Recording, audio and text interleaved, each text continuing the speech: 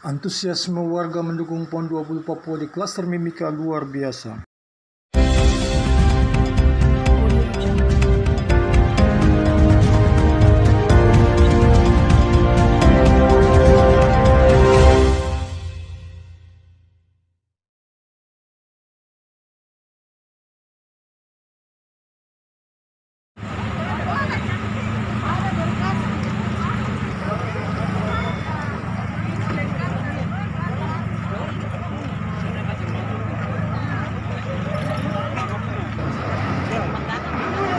Antusiasme warga Kota Timika terlihat begitu luar biasa yang ditandai dengan masih membludaknya warga yang diketahui langsung Gero.com pada hari Senin 23 Agustus pada lokasi pendaftaran untuk menjadi relawan, liaison office maupun workforce yang dilaksanakan di Gedung Tongkonan Jalan Samratulangi Kota Timika.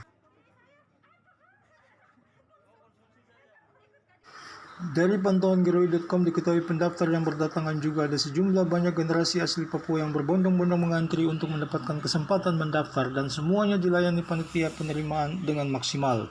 Bahkan sekalipun ada yang memiliki beberapa kekurangan pada segi berkas maupun kondisi fisiknya, panitia menyarankan agar mendaftar saja dahulu karena panitia tentu akan mempertimbangkan berdasarkan kebutuhan yang ada pada pelaksanaan PON 20 nanti di Mimika. Dari keterangan langsung Ketua Bidang SDM SUPB PON 20 Papua Klaster Mimika Agus Hugo Krey, sejumlah hal mengenai pendaftaran itu disampaikan kepada Gero.com.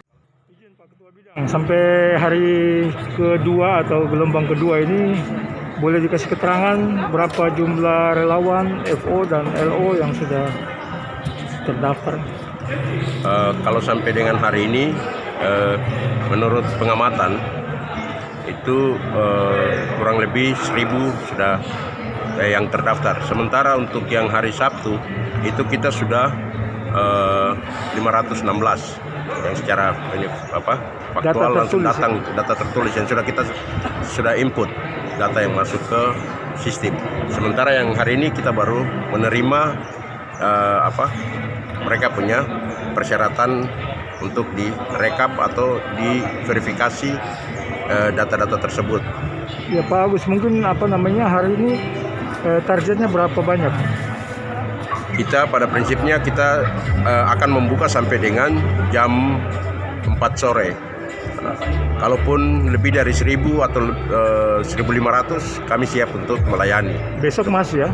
Untuk besok kami tetap masih melayani karena kuota kami adalah 3.600 relawan yang akan kami rekrut di Kabupaten Mimika. Dan semua peserta harus wajib untuk melakukan vaksinasi. Kita wajibkan untuk vaksinasi. Kalaupun ada hal-hal yang berkaitan dengan kesehatan atau alasan pengobatan dan lain-lain, kami akan meminta keterangan pengantar langsung dari petugas medis karena kami tidak berwenang untuk menyatakan hal tersebut. Kalau ada peserta yang mungkin dia berminat untuk bekerja, dia rajin tetapi mungkin dia tidak bisa vaksin, kira-kira apa pertimbangan dari panitia?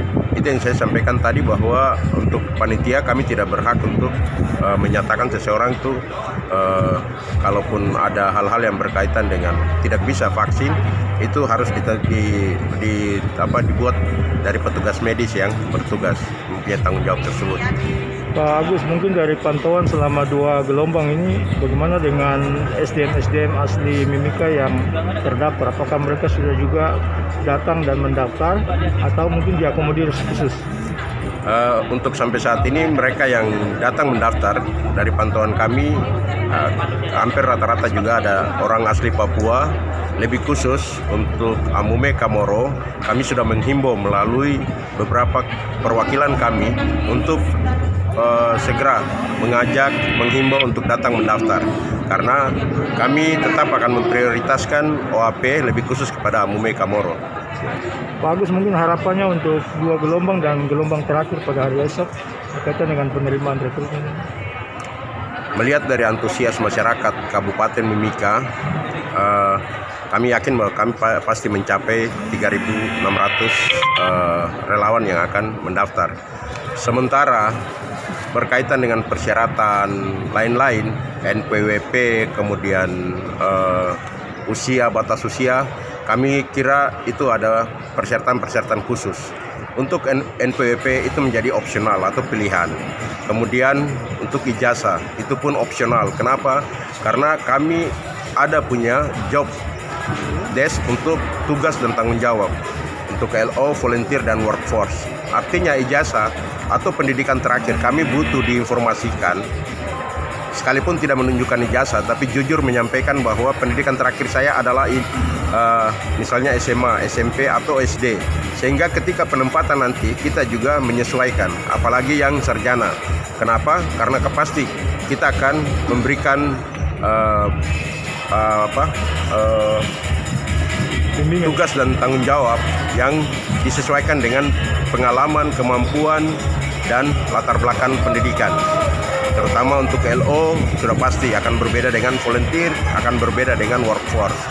Kenapa? Karena misalnya kita memberikan sebuah contoh, seorang sarjana, tetapi kami tidak tahu bahwa dia itu sarjana apabila tidak menyatakan itu dalam bentuk mengisi form pendidikan terakhir, kemudian menunjukkan ijazah, maka ada kemungkinan misalnya kita tempatkan dia sebagai cleaning service, ini akan merupakan satu image yang kurang baik terhadap atau apresiasi atau penghargaan terhadap relawan tersebut. Oleh sebab itu ijazah kami berikan sebagai opsional. NPWP pun demikian. NPWP ini kita lihat dari pajak pendapatan, karena kita pada prinsipnya ini akan diberikan upah dalam arti sekalipun kegiatan ini hanya kita hitung sebulan atau lebih, tetapi tetap mereka diberikan upah sesuai dengan jumlah hari kerjanya. Artinya bahwa setiap pengeluaran dalam PPh 21, dalam PPh 21 terutama pada pasal 21 atau 26 itu menyatakan setiap orang yang diberikan upah atau honor atau gaji itu wajib untuk dikenakan pajak. Kalaupun dalam aturan itu dikatakan bahwa kita mengambil contoh yang kecil, pendapatan di bawah 50 juta, maka dia akan kena pajak 5%. Saya kira mungkin lebih detailnya kita akan bersama lihat di aturan. Konsekuensi NPWP tidak menjadi wajib untuk kita, tetapi kemudian ketika pengupahan dilakukan melalui sistem dan akan terpotong, ya pasti sudah berbeda. Yang tidak memiliki NPWP dianggap bukan seorang wajib pajak yang rutin, maka dia akan dikenakan pajak yang cukup tinggi, lebih daripada 5%. Siap. Baik, bagus. Sejauh ini lancar-lancar saja ya dan aman. Semua berjalan baik, dan satu juga kami berikan apresiasi buat pemerintah daerah telah mendukung kami, khususnya bidang dinas kesehatan, dengan memberikan kami kekhususan bagi relawan yang belum divaksin. Itu kami membuka gerai vaksin di samping tempat perekrutan atau di tongkonan ini, sehingga mereka tetap seluruh relawan, terutama teman-teman adik-adik kita yang di sini, itu dapat langsung divaksin, dilayani untuk vaksin. Kami lagi menyurat ke pajak Pratama Kabupaten Mimika untuk mendapatkan pelayanan khusus tentang NPWP. Tahapan pertama kita merekrut.